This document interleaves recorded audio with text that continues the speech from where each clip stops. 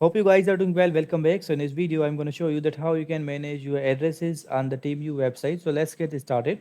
So first of all, what we have to do simply we need to go to the website of the TeamU and then we have to create our account.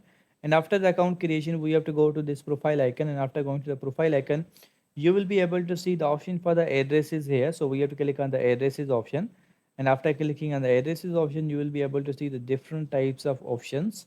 So as you can see, you don't have any shipping address. We haven't added any kind of shipping address. So if you want to add that, we have to click on the add new address. And after clicking on the add new address, we need to provide the address details. We have to provide the address details.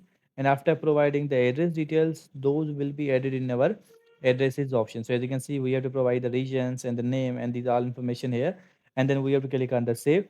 And after clicking on the save, that will be added in our address section. So as you can see, because currently I can't provide the details, you just need to provide these details and then you have to hit the save. You can also save the multiple addresses on the TeamU website.